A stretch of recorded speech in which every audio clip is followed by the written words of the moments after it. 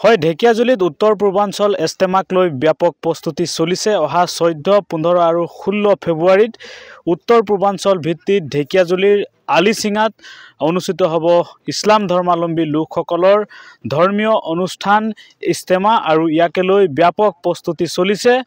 আমি সেই দৃশ্যাংশ দেখুৱাম। এয়া হৈছে ঢেকিয়াজুলিৰ আলিচিঙা পথাৰৰ দৃশ্য। বিশাল পৰিসৰৰ ইয়াতে পেণ্ডেল নিৰ্মাণ কৰা হৈছে। উত্তৰ পূৰ্বাঞ্চলৰ কেইবাখনো ৰাজ্যৰ ইছলাম ধৰ্মাৱলম্বী লোকসকল ইয়াতে সমবেত হ'ব। অহা 14, 15 আৰু 16 ফেব্ৰুৱাৰী তাৰিখে ঢেকিয়াজুলিৰ এই আলিচিঙা পথাৰত ইছলাম ধৰ্মাৱলম্বী লোকসকলৰ ধৰ্মীয় অনুষ্ঠান যি ইজতেমা আৰু ইয়াত কেইবা লাখ লোক সমাগম হ'ব বুলি জানিব পৰা গৈছে। আৰু ইয়াত একেলগে 66,000 লোকে খাদ্য গ্ৰহণ কৰিব পাৰিব।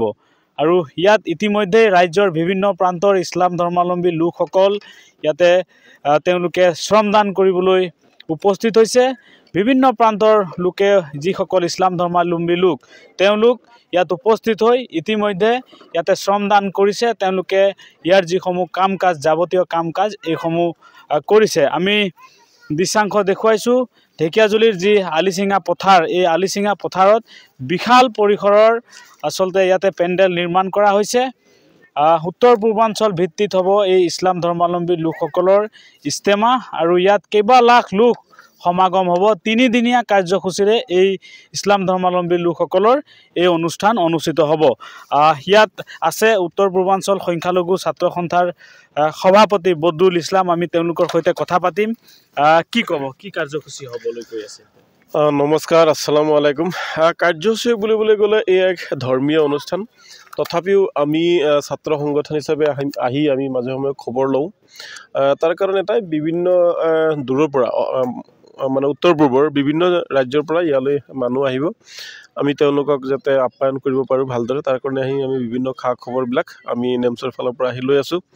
তো ইনশাল্লাহ ইয়াত অনুষ্ঠান ভাল হ'ব। অহা ইংৰাজী 14, 15, 16 ফেব্ৰুৱাৰীত 3 দিনীয়া কাৰ্যসূচীৰে এই যি আমাৰ ইছলাম ধৰ্মীয়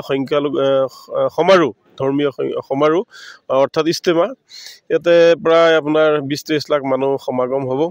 আৰু ইয়াৰ মূল উদ্দেশ্য দুটামান কথা ইয়াত আছে যে প্ৰথমতে আমি আমাৰ আত্মা শুদ্ধি হ'ব লাগে। আমি আমাৰ সমাজখন পিছপৰা এই সমাজখনক কেনেকৈ আমি সংস্কাৰ কৰিব পাৰিম, কেনেকৈ আমি কুসংস্কাৰবোৰ আমি নোহোৱা কৰি সকলো জাতি জনগোষ্ঠীৰ লোকৰ মাজত আমি প্ৰেম প্ৰীতি ভাতৃত্ববোধ বিলাই আমি আমাৰ অসমৰ, বিশেষকৈ মই অসমৰ কথাই কৈছোঁ, ইয়াৰ বিভিন্ন জাতি জনগোষ্ঠীৰ মাজত আমাৰ সাতাম পুৰুষীয়া যিটো একতাৰ এনাজৰীডাল আছে কেনেকৈ আমি মজবুত কৰিব পাৰোঁ তাৰ কাৰণে দোৱা হ'ব।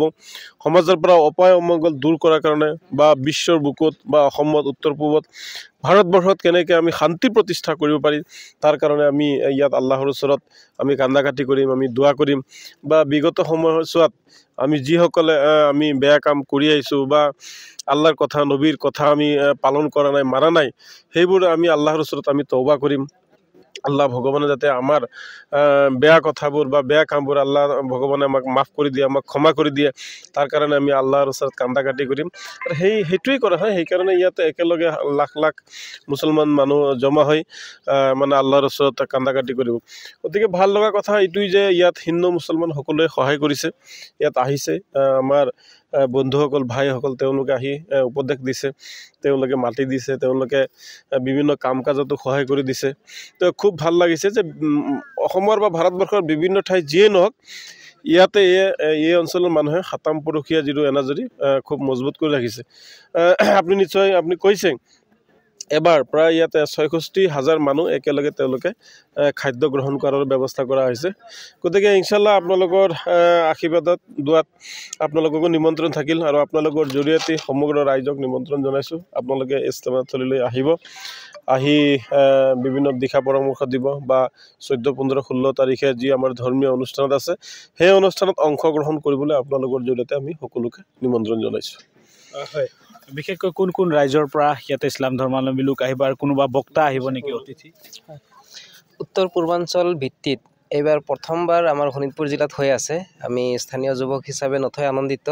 আৰু এই ইজতেমাস্থলীত বিভিন্ন ৰাজ্যৰ পৰা অহাৰ লগতে আমাৰ যিসকল অতিথি আছে তেওঁলোক আহিব অতিথিসকলৰ ভিতৰত আছে আমাৰ মাৰ্কাজ যিটো নিজামুদ্দিন মাৰ্কাজ বুলি কয় তাৰ পৰাই মানে আলোচনা মৰ্মে পঠাই তাৰ পৰাই কেইজনমান আহিব ব্যক্তি কেনেকৈ আয়োজন কেনেকৈ চলিছে আয়োজন আপোনালোকে চাইছেই ইয়াত যিসকল ৰাইজ আহি আছে তেওঁলোকে নিজে শ্ৰমদান কৰি আছে ইয়াত কাকো কৈ দিব নালাগে যে আপুনি এইটো কাম কৰক সেইটো কাম কৰক নিজে নিজে আহি তেওঁলোকে নিজে শ্ৰমদান দি আছে আমি আনন্দিত যে আমাৰ নিচিনা এটা অঞ্চলত এনেকুৱা বৃহৎ এটা ইস্তেমা হ'ব গৈ আছে যাতে এই ইস্তেমাই এই অঞ্চলৰ পৰা এটা যাতে ভাল এটা বাৰ্তা যায় যাতে এই সমাজৰ পৰা অসামাজিক যিবিলাক কাম আছিল এইবিলাক কাম যাতে আজিৰ পৰা বন্ধ হৈ যায় আৰু তেনেকুৱাই হৈ আছে আমি চাই আছোঁ এই ইস্তেমাৰ যিদিনাৰ পৰা তাৰিখ হৈছে সিদিনাৰ পৰা এই অঞ্চলত যিমান অসামাজিক কাম আছিল এইবিলাক বন্ধ হ'ব গৈ আছে লাহে লাহে নিশ্চয়কৈ বিশেষকৈ ধৰ্মীয় আচলতে কুসংস্কাৰ